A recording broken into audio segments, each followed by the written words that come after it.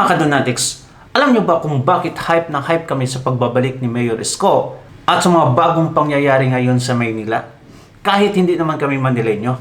Well mga kadonatics, ang isang turista kasi, paglalapag yan sa Pilipinas, kahit alam naman natin na yung NAIA ay hindi parte ng City of Maynila kasi Pasay at Parañaque yung kina-cover niyan. Pero yung turista mga kadonatics, nasa isip niyan is Maynila palagi, yung city capital. At kung ano yung progress sa City of Manila, parang generalize nila mga kadonatics na ganyan, yan ang Pilipinas. Kung anong mukha meron ang City of Manila, in their own perspective mga kadonatics, yan na yung buong Pilipinas. Kung maganda yung Maynila mga kadonatics, maganda din yung impression nila sa Pilipinas. Kung hindi maganda yung Maynila mga kadonatics, yung impression nila sa buong Pilipinas ay ganun din. Kaya napaka-importante talaga yung capital city. At ngayon, dahil si Isko Moreno, Mayor Isko Moreno ay nagbabalik, hype na hype kami, di ba? Ngayon pa na bumaba yung turista sa Pilipinas. Mismo na ang DILG ang nagsabi mga kadonatics na si John Vic Remulla natakot na mga turista pumunta ng Manila mga kadonatics dahil sa mga nangyayari ngayon. Buti na lang may silver lining tayo through the person of Mayor Isko Moreno. Well mga kadonatics, ngayon may matinding mensahe si Mayor Isko sa mga traffic enforcer. At kung ikaw yung nakikinig mga kadonatics, hindi mo na gustuin ang mangungutong. Alam naman natin yung mga traffic enforcer, ang daming mga negative views sa kanila dahil sa mga pangungutong. Kaya eto, may matinding mensahe si Mayor Isko sa kanila. At siguradong mag-isip ka ng maraming beses kung mangungutong ka, kung gagawa ka ng kapalpakan. Eto, panoorin natin mga kadonatics. Sa si Director. Sir. Napansin nyo ba? Bakit puti ang uniforme nyo? Ano ang ibig ko sabihin doon? Puti ang budhi. Linis. Alam nyo, magana ba?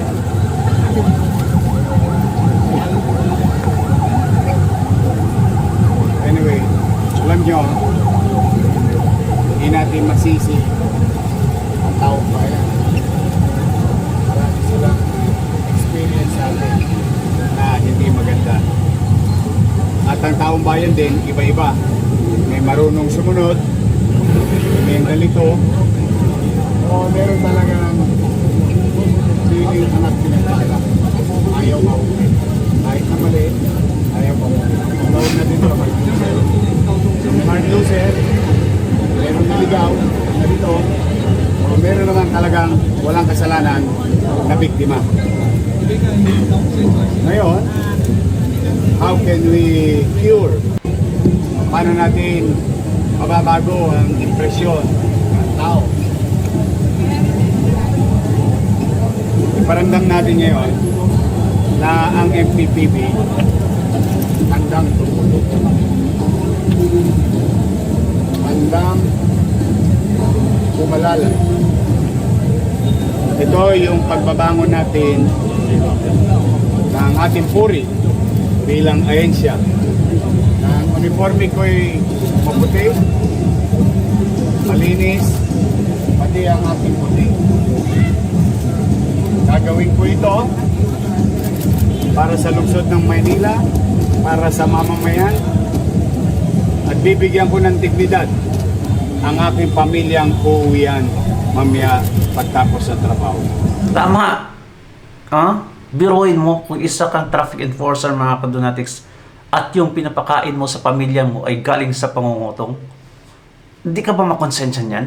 Grabe, Kristiyano tayo, di ba? May konsensya tayo, may takot tayo sa Panginoon. Pero ang nangyayari kasi mga kadonatics, may bad impression talaga yung mga tao sa mga traffic enforcers, especially sa panahon ni Laguna. Ngayon, bumalik yung dignidad nila mga kadonatics, tiwala ng mga tao sa kanila, which is far better. Yan ang symbol kung bakit. Pangalawa, bawal na dugyot. Puti. Kasi pag nakitang nililibag-libag yan, kayo din yan pagkakama. Naniniwala ako sa inyo. Hindi perfecto ang gobyerno. Ako rin, hindi ako perfecto. Si Director Biyahe, hindi rin perfecto. Lahat kami, lahat tayo hindi perfecto. But at the very least, gawin nating mainam at epesyente na naglilingkod sa Diyos. Okay? Wala naman kayong dinadala sa akin.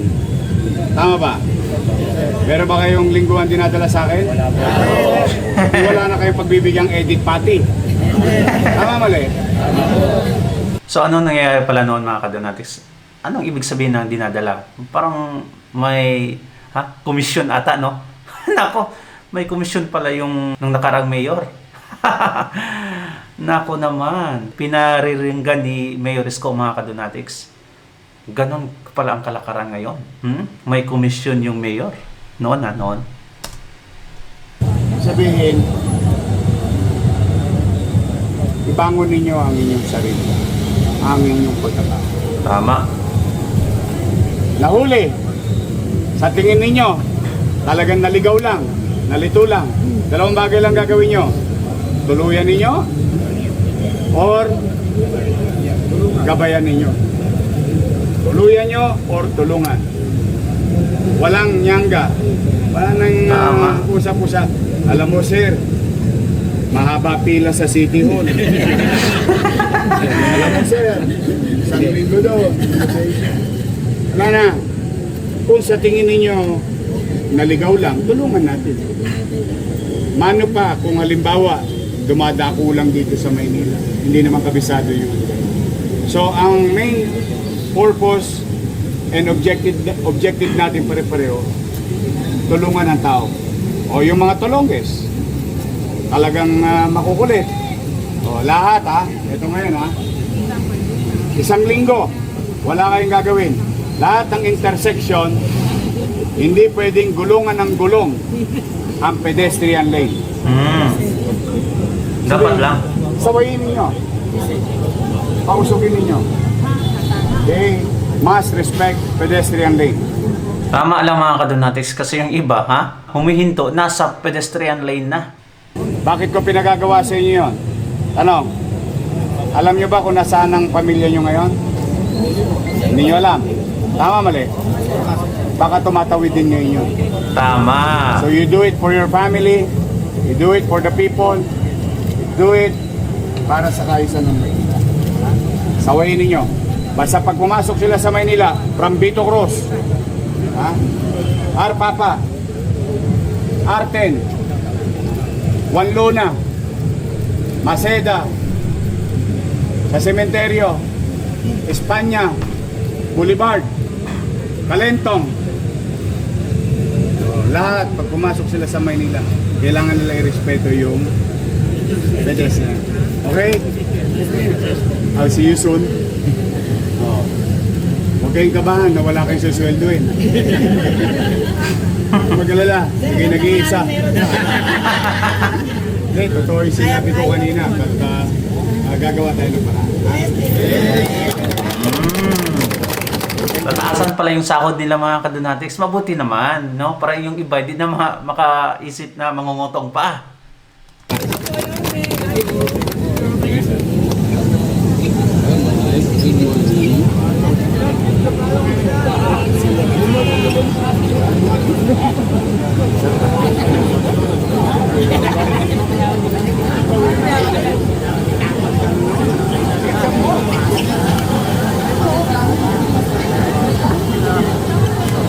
Iba talaga yung isang liderato na may prinsipyo at may paninindigan mga kadonatics. Competent talaga. Oh, di ba? Grabe sa mga tao. Nakaroling to. Paano sila Natawag na ito yung kakaiba. Ganyan ng klaseng liderato si Tatay Digong mga kadonatics. May isang salita at kung ano yung sinabi niya mga kadonatics, talagang gagawin niya. Ganito ang klaseng liderato mga kadonatics na sinusunod talaga ng mga tao. Kaya mahirap makakita ng ganitong mga liderato mga kadonatics. Mahirap talaga. Buti na lang may social media ngayon. Yung iba parang, nape-pressure na. Ang napansin ko ngayon dahil sa social media, ang iba nag-step up na mga kadonatics, yung ibang liderato nag-step up na. At talagang may ginagawa na ngayon kasi magva-viral sila at alam nila pagpalpak yung klaseng liderato nila mga kadonatics, hindi na sila makakabalik. Wise na ang mga tao ngayon. At least, not all, meron pa rin mga constituent na, ay nako, hindi nag-iisip. But anyway mga kadonatics, magbasa tayo ng comment kasi more on kung ano to eh. Comment na mga Manileño. For sure, mga Manileño, proud na proud eh, di ba? Galing ni Yorme. Trending sa New York ang pagbabalik ni Yorme. Na-feature si Yorme sa New York Times. Iba talaga si Yorme. Strong leadership at its best. Good luck and God bless you, Yorme and your team. Whoa! Try natin i-search mga kadonatics kung trending ba talaga or na-featured ba talaga si Mayor Isko sa New York Times. Alright, let's see. Meron nga mga kadonatics, no? Na-featured talaga. Manila's returning mayor has a mountain to climb. It's made of garbage. Kasi trending yung garbage mga kadonatics, umabot pala sa kanila. Ha? Hindi nabayaran yung mga company ng basura.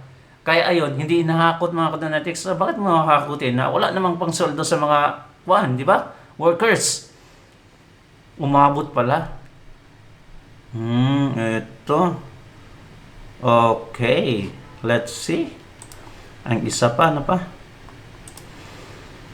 Manila orders karaoke silence for students' sake. Oh no!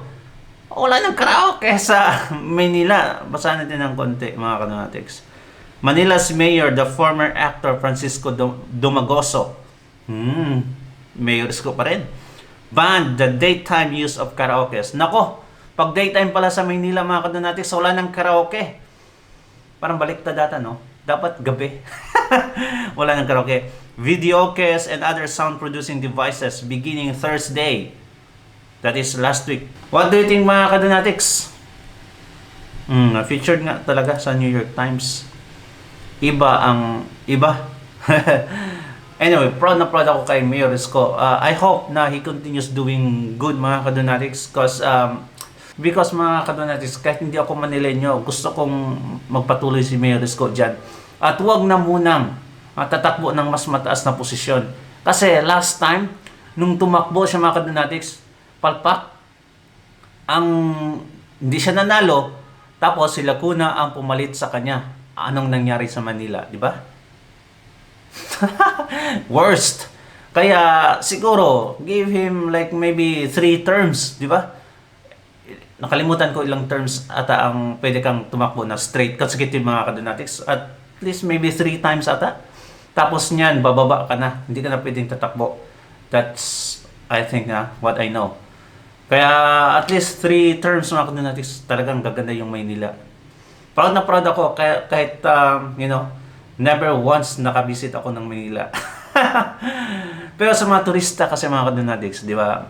Pag Maynila kasi, kung ano yung impression ng Maynila, yan yung impression nila sa buong Pilipinas. Kung negative din. Kung positive din yan. Kaya napaka-importante yung Maynila, mga kadonatics. Anyway, thank you so much and God bless you, mga kadonatics. Ingat palagi. Please don't forget to subscribe. Bye-bye.